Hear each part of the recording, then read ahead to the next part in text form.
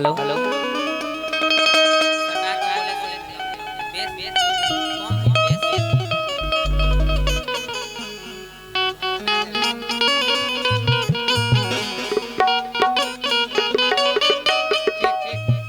हाँ हाँ सुभाष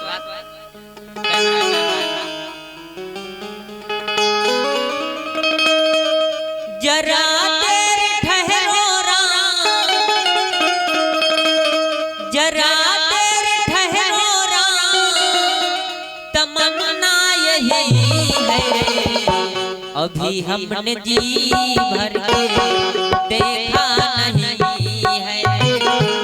अभी हमने जी भर के देखा नहीं।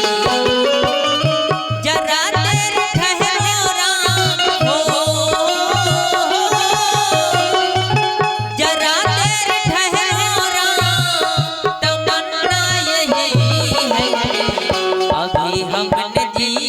भर के देखा नहीं है, अभी हमने जी भर के देखा नहीं है।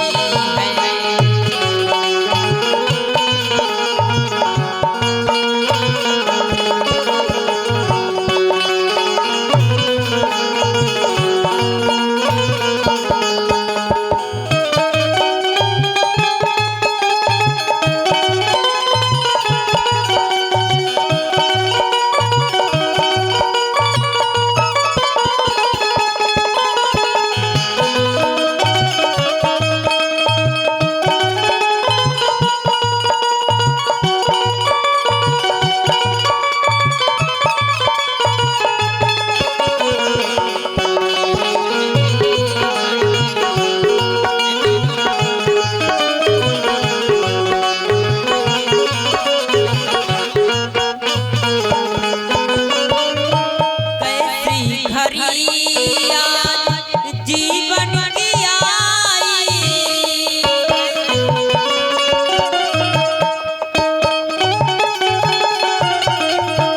अपने ही प्राण के करते विदाई,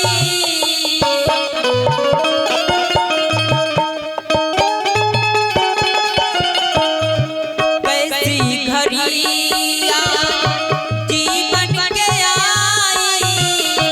अपने ही प्राणों के करते विदाई, अब ये अयोध्या, अब ये अयोध्या हमारी नहीं है, अभी हमने जी भर के देखा नहीं है, अभी हमने जी भर के देखा नहीं है।